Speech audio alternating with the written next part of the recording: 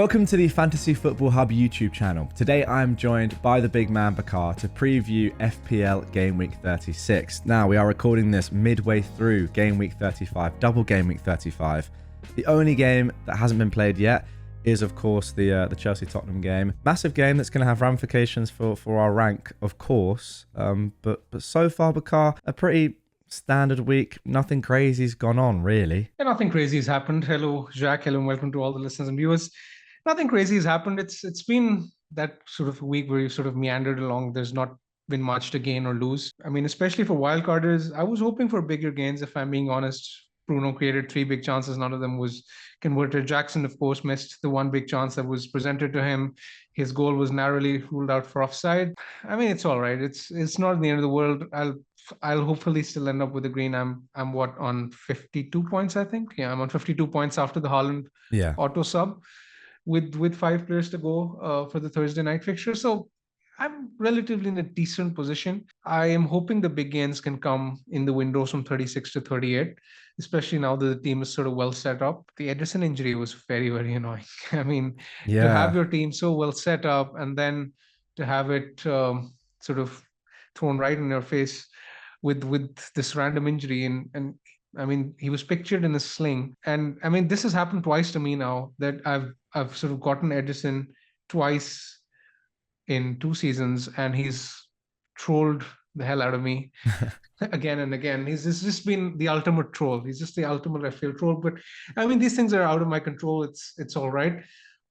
I was, when the injury happened, I was sort of annoyed at it. But now that when I sort of think about it, I think that it sort of works well given my team structure. So we'll sort of just jump straight into his replacements right away. Yeah, let's get into it. I was going to ask you about your wild card in general, but to be fair, I think it is pretty self-explanatory the reason why you went for the majority of players. It's we've got a couple of Arsenal defenders in there, which might be a little bit of a shock, but you did say that there's very few other options, and despite the fact they don't have a double in 37, they are the best defense. Yep. Jack, coming to a double Arsenal defense. I mean, you were saying you won't have 1 Arsenal defender, let alone 2. No, I never said that. I never said that.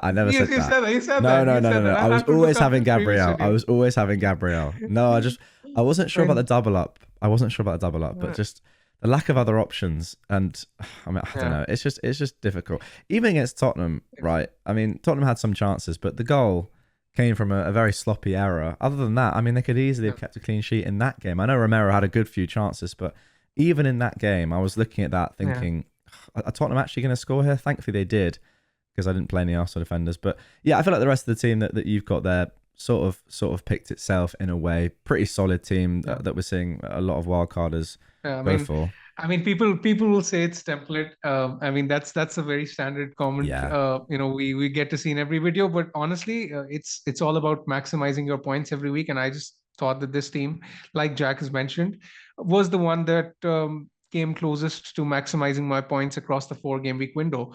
And I think the main sort of aim with the Arsenal defense is to get gains in 36 and 38, which are the Bournemouth at home and Everton at home fixtures.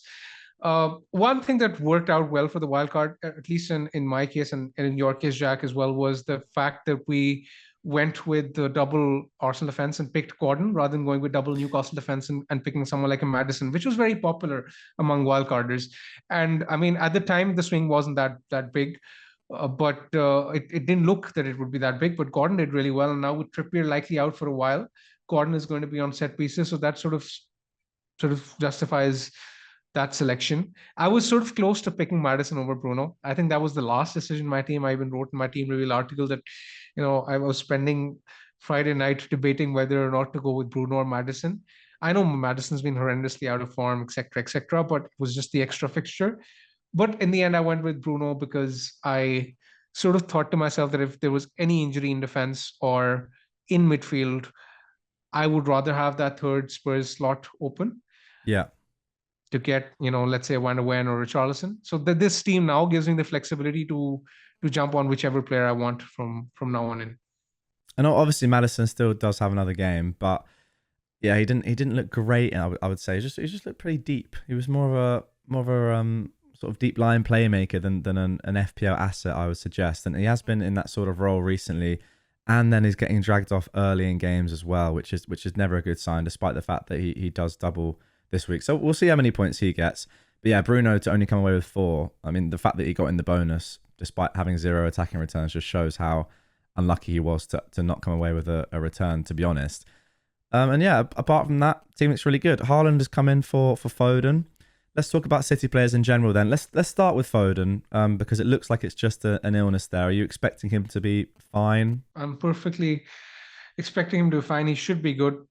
I want to discuss more about Ederson, though. Yeah, let's get on to Ederson then, because you say you've got a plan from them or it works for your team. What do you mean by that? So I have that third Spurs slot open. I can choose Vicario if I feel like, but I don't want to commit to the third spot just yet in case there's any other injury next week or in case I want Richarlison, because as of now, I'm really, really high on getting Richarlison in Gameweek 37. I know that Bruno and Gordon are perfectly good picks in their own right, but I mean, if he's playing as the number 9 for Spurs, and I mean, if Spurs have Burnley at home, which they do, then I think I'm going to find Richarlison very, very hard to resist come game week 37. So I don't really want to rule out that spot. And I think even in isolation, when you look at the Spurs fixtures and the Man City fixtures, I think the fixtures from a defensive point of view for Manchester City are much, much better.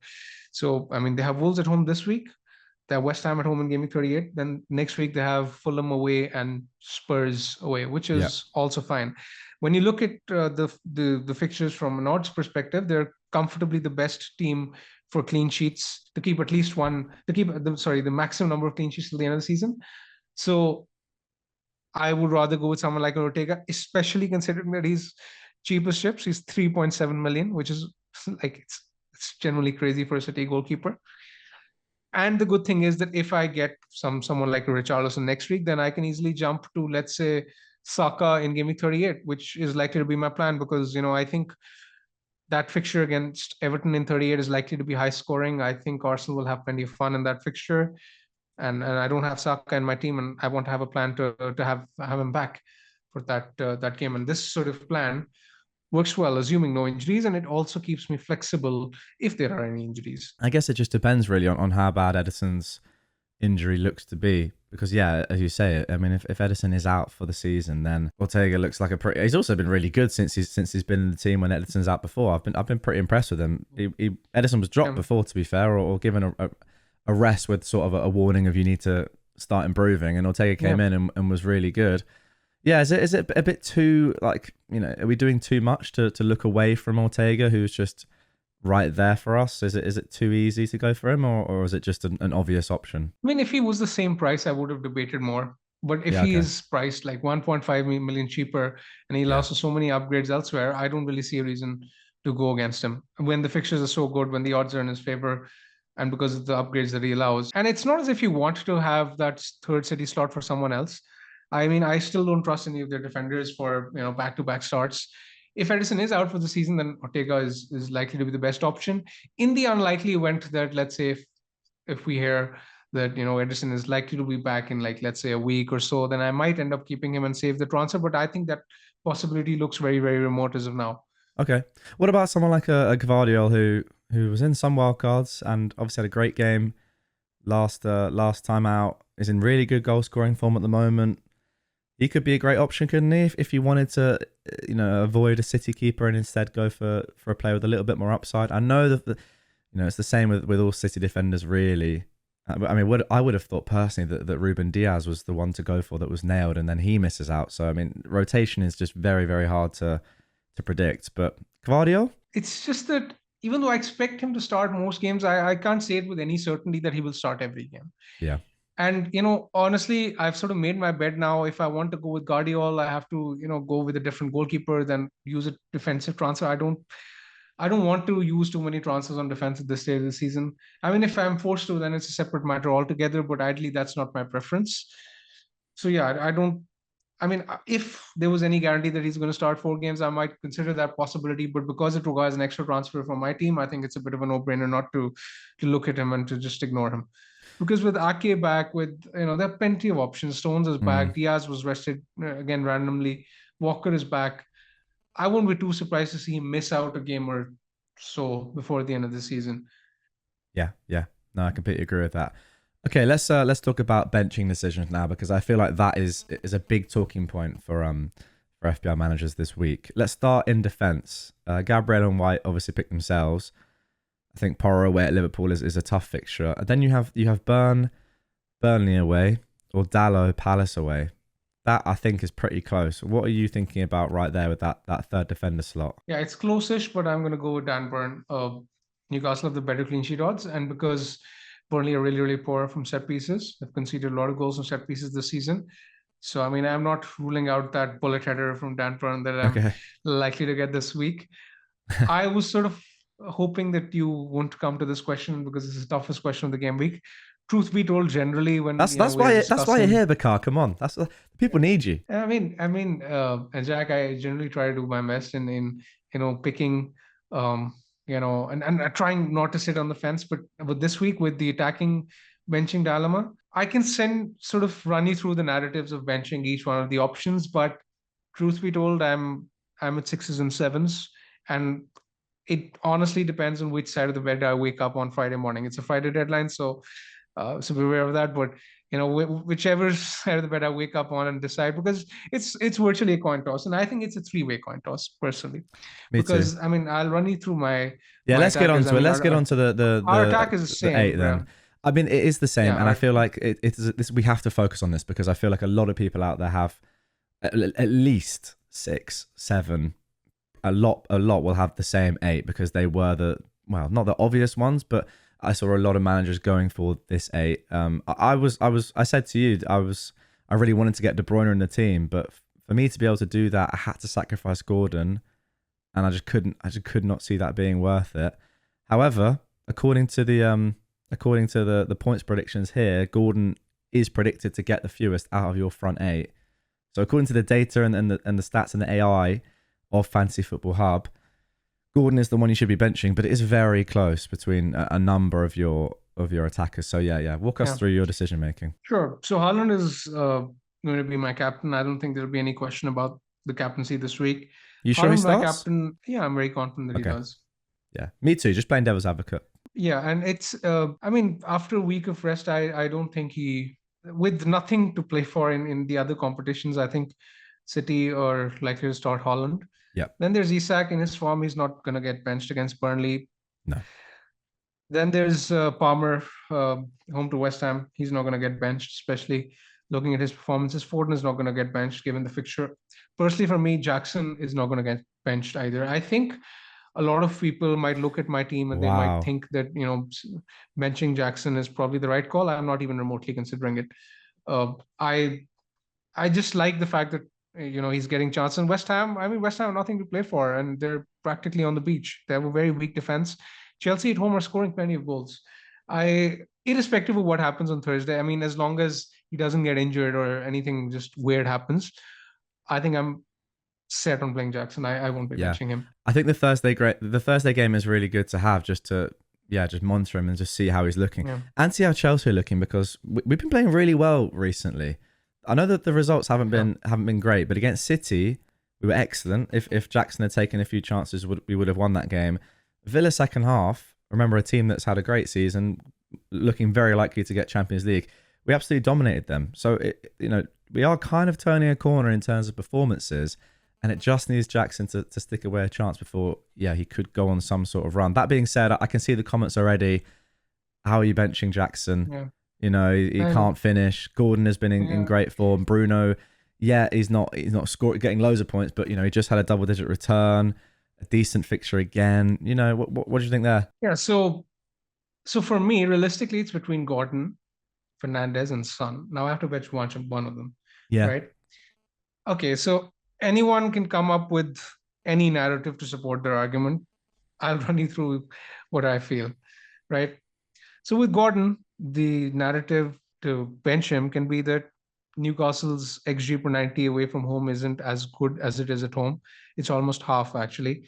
Gordon's goal involvements, they're more than double at home as opposed to away. He hasn't really performed that well away. Those who want to play him can argue that in the absence of Trippier, he's going to be on set pieces. And, set pieces are significant because Burnley concede a lot of goals from set pieces. These are the narratives to benching or playing him. Okay. Similarly, for Son, you can say that He's on penalties. You can play him. Liverpool are broken. Makes a lot of sense to play him. However, on the other hand, you can argue that out of my front 8, on paper, Son is the most difficult fixture. Son's not close to being benched for me. I don't think I could bench Son. Yes, I think he does have the most difficult fixture, but Liverpool's defense is not good, and Son is Son. Yeah, but neither is Burnley's defense. Neither is Burnley defense any good, right? I mean, yeah, but it's Son compared to Gordon. Son's on penalties. This is important stuff. And I will say that Burnley have turned a corner, and they have so much to play for now. Liverpool do not have much to play for at all. I'm just playing devil's advocate here, and it's not as if I have a very strong opinion on this.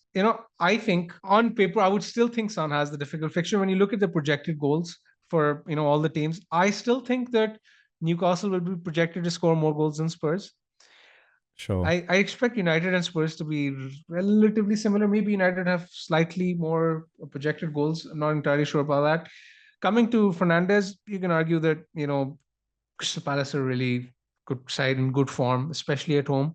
They're likely to beat United. So this is a tough fixture for Bruno. However, on the other hand, you can argue that, Bruno has plenty of routes to points, set pieces, penalties, and he's been playing really well. He's in good form, etc., etc. So this is literally a coin flip for me. It's like a 33% either way kind of decision, which honestly will come down to luck. Irrespective of what anyone says, I don't think this is a decision which is very, very clear cut to make.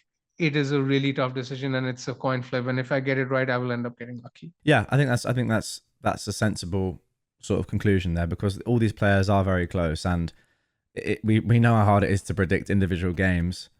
So, predicting individual players' performances in individual games is extremely hard to do, especially when they're as close as this. I'll give you my thoughts, then you can tell me what you think about this, right? So, as I said, Son, I can't bench him on penalties, and he's Son. And I don't back the Liverpool team in general now. I do think that Tottenham have more of a reason to really go for it and win that game. And I do think that Liverpool are falling off a little bit at the moment, just as we've seen past couple of games. So I'm not going to bench him. It does. I agree with you. For me, it comes down to Bruno, Jackson, Gordon. Okay, wait a second. Okay. I'm sorry to cut you off over here. What if he blanks on Thursday? Will that change your opinion? If he looks abject on Thursday, potentially. I mean, there is a world. There is a world because a lot of Spurs fans that I speak to, they're expecting Richarlison to start and Son to play on the left. Yeah. I don't necessarily mind that as much in a game against Liverpool, where he'll be up against Trent. I'm not sure. It depends on his performance. Similarly to Jackson as well. I mean, if Jackson is the one that I'm leaning towards benching, to be honest. He has the best fixture by a mile. I think that the team will play the best in that fixture. I think even that team might score the most goals. But I just cannot get behind his finishing at the moment. Whereas you look at a Gordon, I feel like if he gets a chance, he'll take it. And Bruno, as you just mentioned, has so many routes to points and is on penalties as well. So I think I'm removing Bruno from the equation. Although I will say that I watched Palace away at Fulham, and they were really, really good, especially first half. They just dominated Fulham. So I would not be shocked if they were all over Man United for long periods of that game.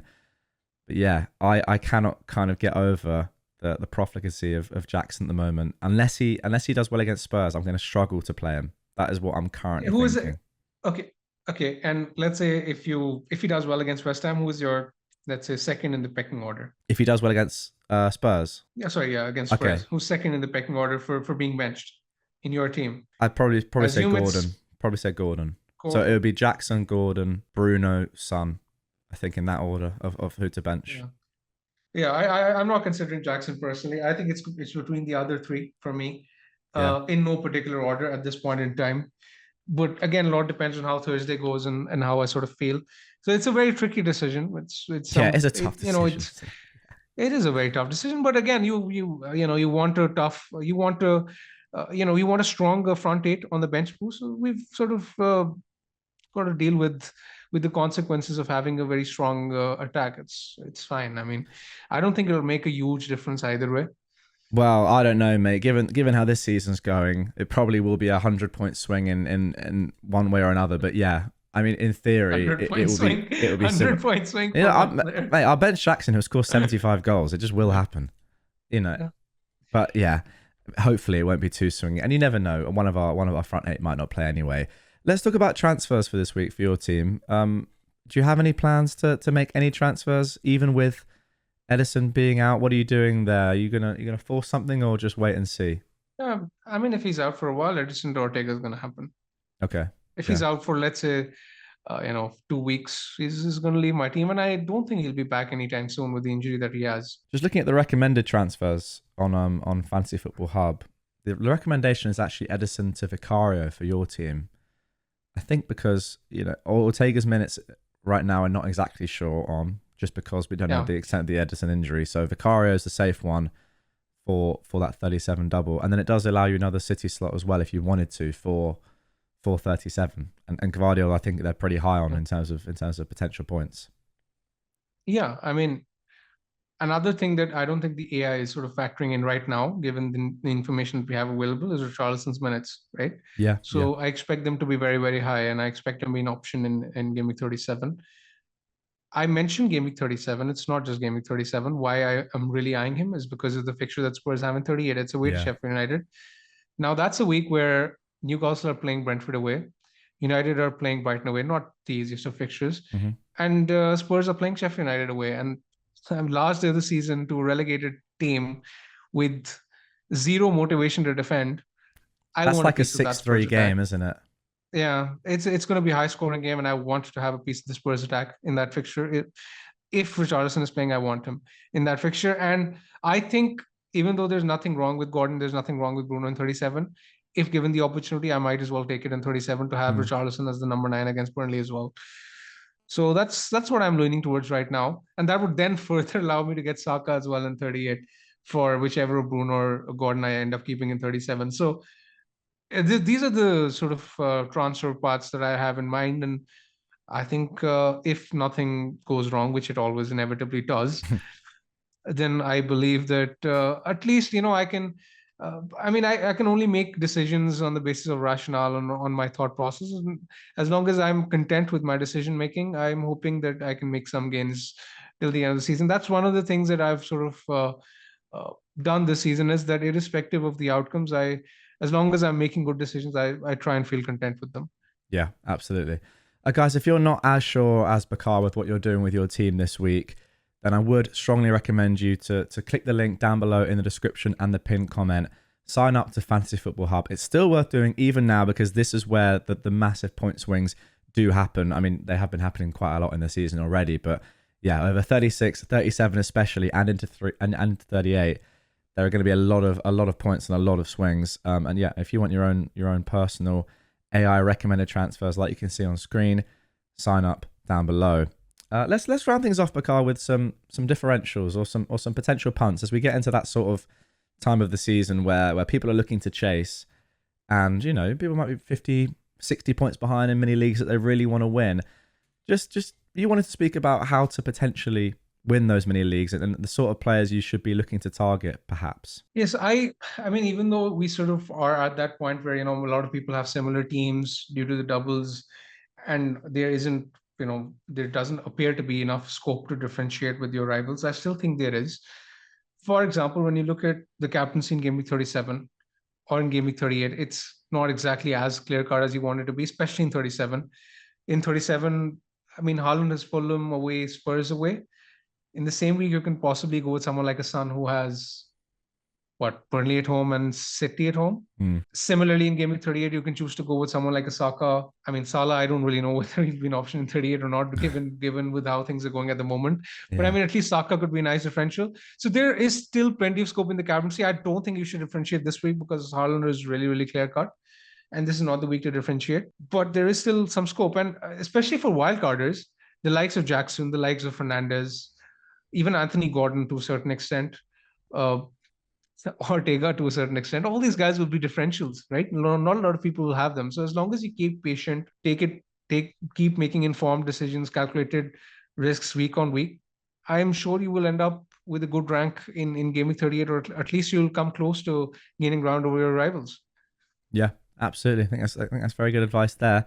And let's leave it on that. Thank you very much, Bakar, as always, for your very helpful tips and advice.